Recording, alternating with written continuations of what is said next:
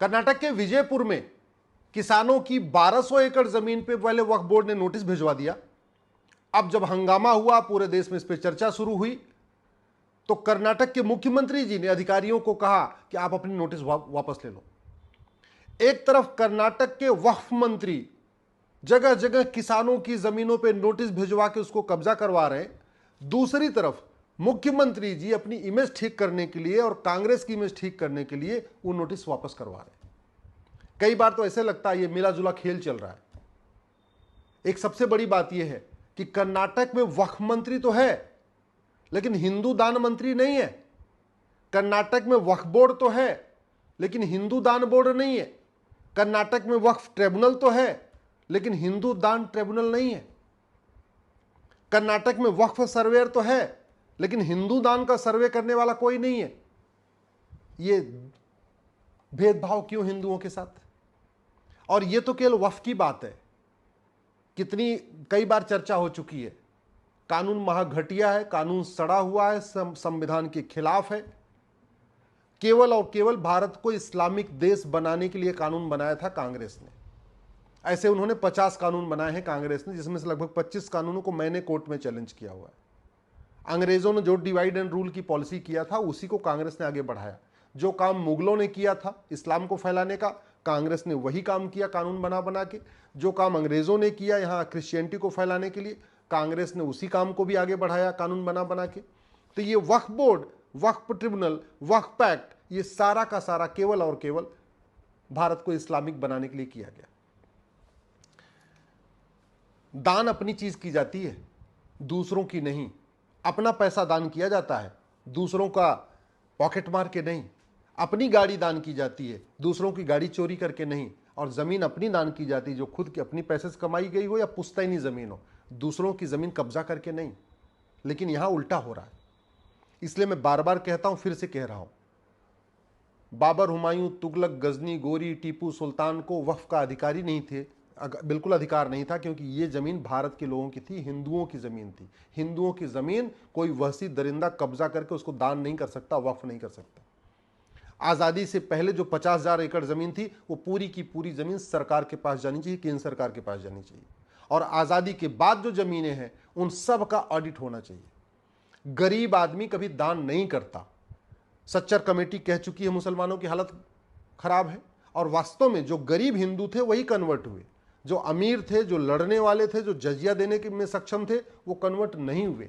तो ज़्यादातर वो हिंदू जो जजिया नहीं दे पा रहे थे, डर जाते थे, वो कन्वर्ट हो गए। तो जो आदमी डर गया मुगलों के समय में, जो आदमी जजिया नहीं दे पाया मुगलों के समय में, एकाएक उसके पास इतनी कैसे संपत्ति आ गई, इतनी जमीन कैसे आ गई कि वक्फ करना शुरू कर देगा? तो जो 50,000 एकड़ 1950 तक थी, वो पूरी केंद्र सरकार के पास जानी चाहिए। जो 9.5 लाख एकड़ आज़ादी 1950 के बाद इकट्ठा हुई है, टोटल इस समय 10 लाख एकड़ जमीन वक्फ के पास है, उसकी सब जमीनों का सर्वे होना चाहिए। ओवैसी बता नहीं रहे कि उनके पूर्वजों ने कितनी जमीन वक्फ किया। मदनी बता नहीं रहे कि उनके परिवार ने कितना वक्फ किया है। बुखारी बता नहीं रहे कितना उन्होंने वक्फ किया है। दुरानी साहब बता नहीं रहे उन्होंने कितना प्रॉपर्टी वक्फ किया। अल्टीमेटली दान तो अमीर आदमी करता है ना। अंबानी जी जाते हैं जहां जहां देखो 5-5 करोड़ चढ़ाते रहते हैं, 5-5 किलो सोना चढ़ाते हैं, सबको पता चलता है। तो अगर सलमान खान ने कुछ वक्फ किया है, शाहरुख खान ने वक्फ किया है, सैफ अली खान ने कुछ वक्फ किया है, या अपने बहुत सारे गीतकार भी हैं और भी हीरो हीरोइन हैं मुंबई में जो इस्लाम को मानते हैं, अगर उन्होंने वक्फ किया तो उनको बताना चाहिए। बहुत सारे इंडस्ट्रियलिस्ट हैं, उन्होंने वक्फ अगर किया हो तो उनको बताना चाहिए।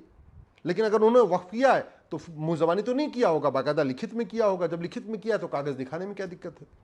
ये मामला तो वक्फ का है। लेकिन इससे ज़्यादा गंभीर मामले की तरफ आज मैं आपको बताना चाहता हूँ। बड़े प्लान्ड वे में पूरे के पूरे कर्नाटक को खत्म करने की तैयारी चल रही है।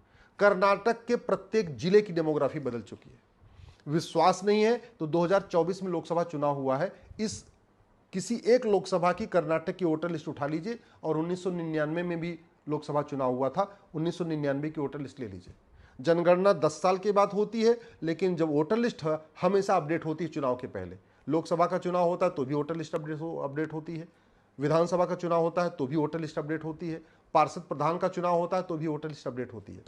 आप कर्नाटक के किसी भी लोकसभा की वर्तमान वोटर लिस्ट 2024 वाली और 1999 वाली वोटर लिस्ट को लेकर कंपेयर करके देख लीजिए कि 1999 में उस लोकसभा में कुल कितने हिंदू थे आज, और टोटल कितने वोटर थे और कितने हिंदू थे, और 2024 में उस लोकसभा में कुल कितने वोटर हैं, उसमें से कितने हिंदू हैं। आपको बिल्कुल स्पष्ट हो जाएगा कि किस तरीके से कर्नाटक की डेमोग्राफी बदल रही है। कर्नाटक की डेमोग्राफी बदलने के लिए 3 तरीका अपनाया गया है। घुसपैठियों को बसाया जा रहा है कर्नाटक में, धर्मांतरण धड़ल्ले से हो रहा है, उनको छूट दी हुई है करने की, और जनसंख्या विस्फोट भी किया जा रहा है। जनसंख्या विस्फोट 22-22, 24-24 बच्चे कर्नाटक में पैदा हो रहे हैं। पूरे भारत में पैदा हो रहे हैं, लेकिन कर्नाटक में भी पैदा हो रहे हैं। कर्नाटक सनातन का केंद्र हुआ करता था। कर्नाटक में एक से बढ़कर एक हमारे ऋषि मुनि पैदा हुए। कर्नाटक में एक से बढ़कर एक लड़ाके पैदा हुए। कर्नाटक में एक से बढ़कर एक स्वतंत्रता संग्राम सेनानी पैदा हुए। इसलिए कर्नाटक की डेमोग्राफी बदलने के लिए 3 तरीका अपनाया गया है: धर्मांतरण, घुसपैठ, जनसंख्या विस्फोट। और चौथा तरीका जो कर्नाटक को बर्बाद करने के लिए किया जा रहा है, कर्नाटक के स्कूल में, कॉलेज में, यूनिवर्सिटीज में, law college, medical college, science college, art college, commerce college, सब में बड़े प्लान्ड वे में वहाँ पर ड्रग फैलाई जा रही है। एक बार हमारा यूथ जब नशेड़ी हो जाएगा, फिर वो पोर्नोग्राफी में घुस जाएगा, फिर सुबह से लेकर शाम तक रील देखेगा, सोशल मीडिया देखेगा और ड्रग के नशे में रहेगा, तो फिर आगे वो बर्बाद हो जाएगा। उसको क्या फर्क पड़ता है कि हिंदू खत्म हो जाएंगे, हिंदू बचेंगे, आगे क्या होगा क्या नहीं होगा, उससे कोई फर्क नहीं पड़ता। और मैं आपको बहुत जिम्मेदारी के साथ कह रहा हूँ, एक बार अपने लोकसभा क्षेत्र की वोटर लिस्ट जाके देख लीजिए। डेमोग्राफी 25 साल में तेजी के साथ बदली है। आपके बागरकोट की भी डेमोग्राफी बदल गई है, आपके बेंगलोर की भी डेमोग्राफी बदल गई है, आपके बेलागावी और बेलारी की डेमोग्राफी बदल गई है, आपके बिदय और विजयपुरा की डेमोग्राफी बदल गई है। कर्नाटक में आप जाके देख लीजिए, आपके चिकमंगलुरु की भी डेमोग्राफी बदली है, चित्रदुर्ग की भी डेमोग्राफी बदली है, दक्षिण कनाडा और देवनगिरी की भी डेमोग्राफी बदली है। मूल कारण घुसपैठ, धर्मांतरण, जनसंख्या विस्फोट। आपके धारवाड़, कलबुर्गी, हसन और हावेरी की डेमोग्राफी बदल गई है। मूल कारण घुसपैठ, धर्मांतरण, जनसंख्या विस्फोट। आपके कोलार, कोपल और मांड्या की डेमोग्राफी बदल गई है। मूल कारण घुसपैठ, धर्मांतरण, जनसंख्या विस्फोट। मैसूर, जो इतना पवित्र स्थान रहा है हिंदुओं का, उस मैसूर की डेमोग्राफी बदल गई है। मूल कारण घुसपैठ, धर्मांतरण, जनसंख्या विस्फोट। आपके रायचूर, शिवमोगा, तुमकुर की डेमोग्राफी बदल गई है। आपके उडुपी और उत्तर कनाडा की डेमोग्राफी बदल गई है। विजयनगर का तो हाल आपको बता दिया कि किस तरीके से 1200 एकड़ जमीन किसानों की कब्जा हो रही है। विजयनगर की डेमोग्राफी बदल गई है। यादगिरी की डेमोग्राफी बदल गई है। कर्नाटक का कोई ऐसा जिला नहीं है जिसकी डेमोग्राफी नहीं बदली है पिछले 25 सालों में। कर्नाटक का कोई ऐसा लोकसभा क्षेत्र नहीं है जिसकी डेमोग्राफी पिछले 25 साल में नहीं बदली है। कर्नाटक का कोई ऐसा विधानसभा क्षेत्र नहीं है जिसकी पिछले 25 साल में डेमोग्राफी नहीं बदली है। कर्नाटक का कोई वार्ड नहीं है जहां पार्षद चुने जाते हैं या प्रधान चुने जाते हैं, वहां की डेमोग्राफी नहीं बदली है। और बड़े प्लान्ड वे में बांग्लादेशियों को ले आके बसाया जा रहा है, रोहिंग्याओं को लेकर बसाया जा रहा है। वहाँ पे जो जगह जगह मदरसे खुलते चले जा रहे हैं, वो घुसपैठ के सेंटर बन चुके हैं, धर्मांतरण के सेंटर बन चुके हैं। जगह जगह मज़ारें बनाई जा रही हैं, जगह जगह दरगाहें बनाई जा रही हैं, जगह जगह पक्का कब्रिस्तान बनाया जा रहा है। जबकि मज़ार, दरगाह और पक्का कब्रिस्तान बनाना और मज़ार, दरगाह और पक्के कब्रिस्तान पे जाना, ये दोनों हराम है। आपको पूरे अरब में, चाहे वो दुबई हो, चाहे कुवैत हो, चाहे बहरीन हो, चाहे अबू धाबी हो, एक भी मज़ार नहीं मिलेगी, एक भी दरगाह नहीं मिलेगी, एक भी पक्का कब्रिस्तान नहीं मिलेगा। ये मज़ार, दरगाह, पक्का कब्रिस्तान बनाना और वहाँ जाना हराम है इस्लाम में।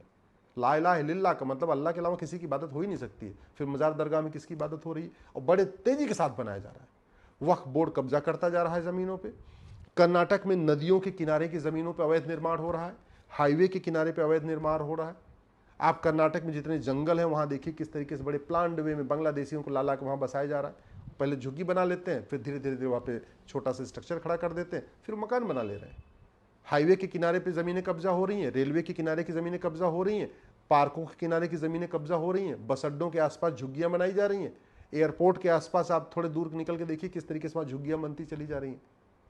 मैं माननीय मुख्यमंत्री से निवेदन करता हूँ, कर्नाटक के कठोर कानून बनाइए, अवैध निर्माण के खिलाफ कठोर कानून बनाइए, कर्नाटक को बचाइए।